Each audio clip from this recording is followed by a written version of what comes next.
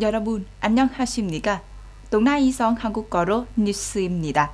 8월 12일에 곽민경 동나이성 당의원회 무석기는 농민지원센터 설립에 대해 성농민협회와 관련 부서 및 기관과의 회의를 주재했습니다.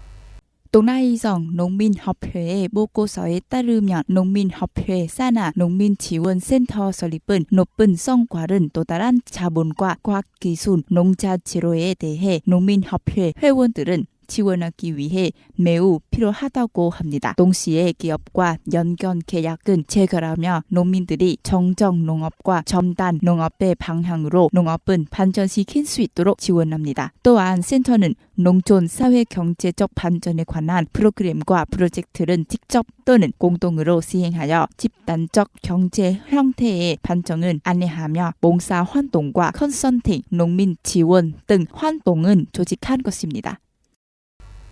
공산부 산하 및 대륙시장부에 따르면 2022년 첫 7개월 동안 유럽연합 EU 시장으로 가는 베트남의 수출액은 279억 달러로 추산되며 전년 같은 기간 대비 22% 증가했다고 합니다. 현재 베트남의 수준품은 대부분의 EU 시장에 존재하며 섬유, 신발, 커피, 해산물, 야채, 후추, 쌀 등의 품목에 강력하게 집중하여 좋은 성장을 기록하고 있습니다. 그중 커피는 75% 이상 증가하며 가장 강한 성장 수준은 도달했습니다. 해산물과 후추가 각각 작년 같은 기간에 비해 42% 이상, 거의 44% 증가했으며 그 뒤를 이었습니다. 전문가들에 따르면 2020년 8월 발효된 EU 베트남 자유무역협정은 베트남과 EU 간의 양방향 무역은 촉진에 뒷받침했습니다. 이는 베트남 제품의 경쟁력을 높이고 EU 시장에서 시장 점유율을 확대하는 데 크게 기여했습니다. 베트남 자동차 공업협회의 보고서에 따르면 7월에 총 3만 250대 이상의 차량이 시장에 판매되어 전년 대비 20% 증가한 것으로 나타났습니다.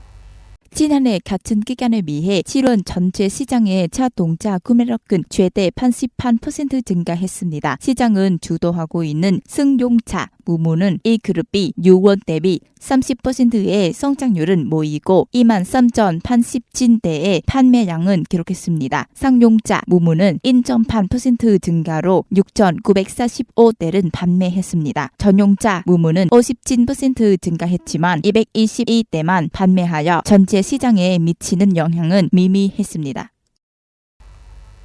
왕원빈 외교부 대변인은 8월 12일 중국이 한국 영토에서 배치하는 미국의 고도도 미사일 방어 체계 시행을 무시할 수 없다고 말했습니다. 왕원비 대변인은 중국이 항상 한국의 주권은 존중하고 안보 우려를 이해하고 있지만 미국이 한국의 삿들은 배치하는 것은 중국의 전략적 안보를 악화시키는 행위이며 중국은 이를 무시할 수 없다고 말했습니다. 그는 한국이 양국 외교장관 회담에서 도달한 상호 이해와 공감대를 바탕으로 이 문제를 계속 적절하게 처리해 주기를 바란다고 말했습니다. 윤석열 한국 대통령은 8월 12일에 에드 마키 미국 상원 의원과 한미 관계 강화를 위한 회담을 가졌습니다. 서울에서 열린 회의에서 윤 대통령은 한미 동맹을 강화하기 위해 수십 년 동안 국회에서 노력한 마키 의원에게 감사를 표했습니다. 마키 의원은 양국 관계가 더욱 발전한 것이라는 자신의 믿음을 표명했습니다. 그는 반도체 산업에 초점을 맞추고 이번 주 조 바이든 미국 대통령이 서명한 과학 및 집업비 전략뿐만 아니라 양국 간의 경제 파트너십을 더욱 심화시킨 것이라고 생각했습니다. 동나이성 뉴스입니다. 잘 들어주셔서 감사합니다.